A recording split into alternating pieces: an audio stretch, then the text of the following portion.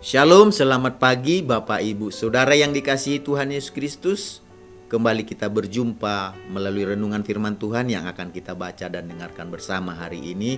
Damai sejahtera dari Allah yang melampaui segala akal, itulah yang senantiasa memelihara hati dan pikiran kita di dalam Yesus Kristus. Mari kita satukan hati untuk berdoa sebelum kita dengarkan firman Tuhan hari ini. Tuhan Yesus yang maha baik, hati kami penuh dengan rasa syukur dan terima kasih buat nafas kehidupan dan hari yang baru yang Tuhan Yesus karuniakan pada kami. Sebelum kami menjalani hari ini, berkati dan urapi firman-Mu sehingga menjadi terang yang menerangi langkah hidup kami. Dalam nama Tuhan Yesus kami berdoa, haleluya, amin. Renungan firman Tuhan yang akan kita baca dan dengarkan bersama hari ini tertulis dalam 2 Tawarit pasal 7 ayat 14. Demikian firman Tuhan.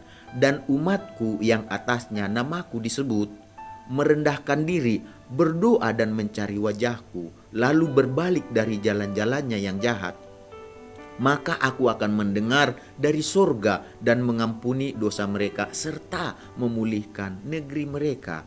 Dari ayat yang kita baca dan dengarkan hari ini, kita akan berbicara tentang jalan untuk mengalami pembalikan keadaan. Jadi keadaan dalam kehidupan kita ini tidak selamanya menyenangkan seperti yang kita harapkan. Ada kalanya justru yang kita harapkan tidak seperti itu yang terjadi. Dan Tuhan sanggup berkuasa untuk membalikkan keadaan yang tidak kita harapkan menjadi seperti yang Tuhan harapkan dan inginkan. Bahkan yang tidak mungkin Tuhan bisa balikkan menjadi mungkin.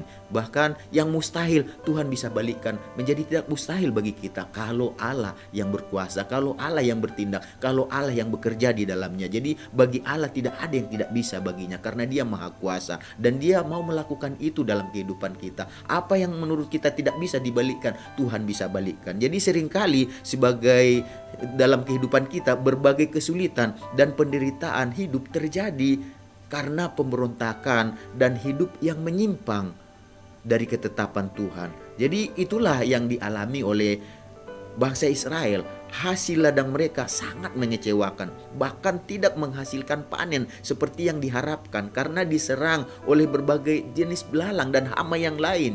Jadi gandum dan jelai mereka menjadi musnah, bahkan pohon anggur mengering, pohon ara, delima, apel, dan segala pohon di padang mengering, dikatakan dalam pengalaman hidup, perjalanan hidup bangsa Israel. Jadi bisa dibayangkan betapa menderitanya keadaan hidup mereka saat itu. Jadi umat Israel benar-benar berada di titik terendah dan seperti yang sudah dan tidak sudah memiliki, mereka rasanya sudah tidak memiliki pengharapan lagi. Jadi namun penderitaan yang Tuhan izinkan atas bangsa Israel tidak berarti bahwa Tuhan tidak mengasihi atau berlaku kejam terhadap mereka. Ada maksud Tuhan di dalam segala peristiwa yang mereka alami, dalam kekeringan, dalam masalah pergumulan, persoalan yang sepertinya tidak habis dari kehidupan mereka, yang sepertinya selalu ada dalam kehidupan mereka dan kehidupan kita juga demikian. Jadi yang Tuhan inginkan ketika itu terjadi adalah supaya mereka, bangsa Israel, supaya kita sadar dan berbalik dari jalan-jalan kita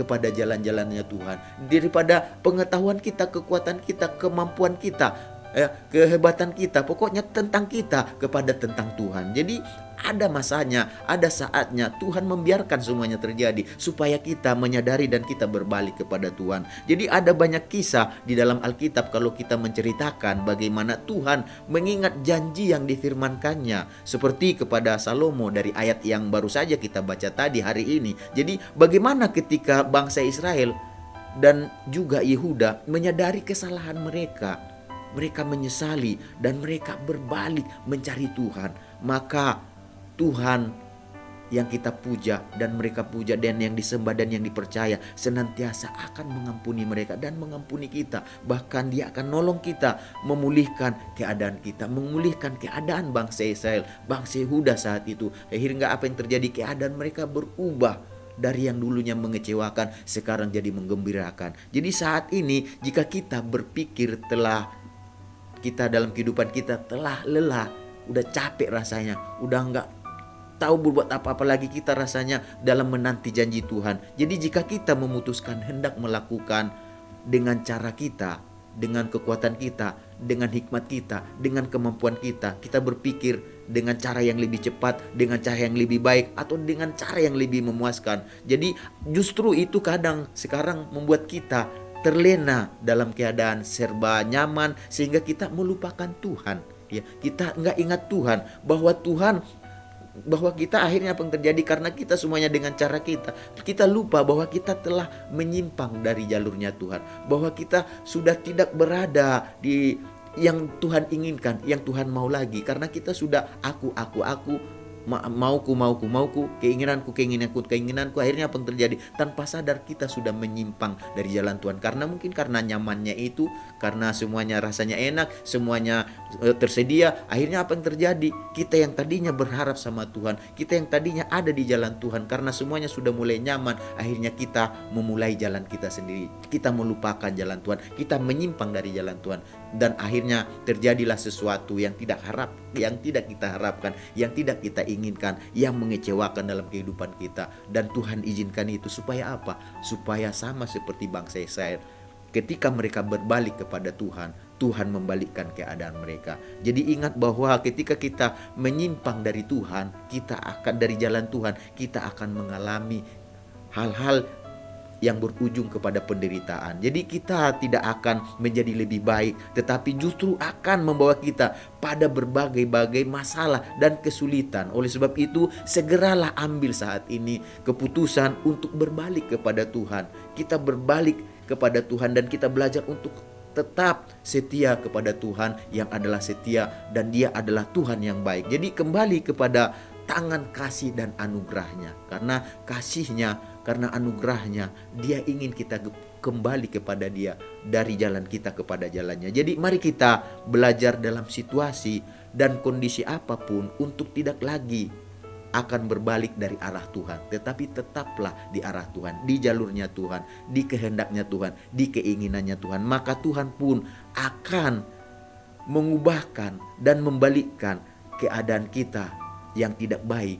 Hidup kita akan terus naik dan terus berubah dan terus mengalami kuasa dan pertolongan Tuhan Yesus. Jadi Bapak Ibu, Saudara yang dikasihi Tuhan Yesus, pada saat ini mari kita datang kepada Tuhan, kembali kepada Tuhan, maka Tuhan akan membalikkan kehidupan kita kepada berkat, pertolongan, perlindungan, dan penyertaan Tuhan. Kembalilah dari jalan kita kepada jalan Tuhan, dari kehendak kita kepada kehendak Tuhan, dari keinginan kita kepada keinginan Tuhan. Maka Tuhan akan mengubah keadaan yang tidak mungkin menjadi mungkin, keadaan dalam kehidupan kita yang mustahil menjadi tidak mustahil. Mari kita sama-sama berdoa. Tuhan Yesus, kami mengucap syukur, kami percaya Tuhan yang kami puja, Tuhan yang kami sembah, yang kami percaya, Tuhan yang sanggup membalikkan keadaan bahkan yang tidak bisa kami balikkan, tetapi Tuhan bisa memutarbalikkannya. Oleh sebab itu Tuhan, biarlah kami saat ini yang sudah mulai nyaman dengan diri kami, bahkan kami sudah melupakan jalan Tuhan, dan kami mulai bertindak dengan jalan kami, dan kami tidak sadar itu akan membawa kami kepada penderitaan, kesulitan yang terus berlanjut. Tetapi saat ini kami mau berbalik kepada Tuhan, apapun situasi kondisi kami ini milik Tuhan, kami ini kepunyaan Tuhan. Bawa kami kembali ke dalam kasih-Mu Tuhan, ke dalam perlindungan penyertaan-Mu. Terima kasih Tuhan, jadikan kami pelaku firman-Mu, karena dengan melakukan firman-Mu segala berkat dan janji Tuhan akan menyertai kami, dan kami akan menjalani sepanjang hari ini. Di dalam nama Tuhan Yesus kami berdoa. Haleluya. Amin. Selamat beraktivitas. Tuhan Yesus memberkati kita semuanya.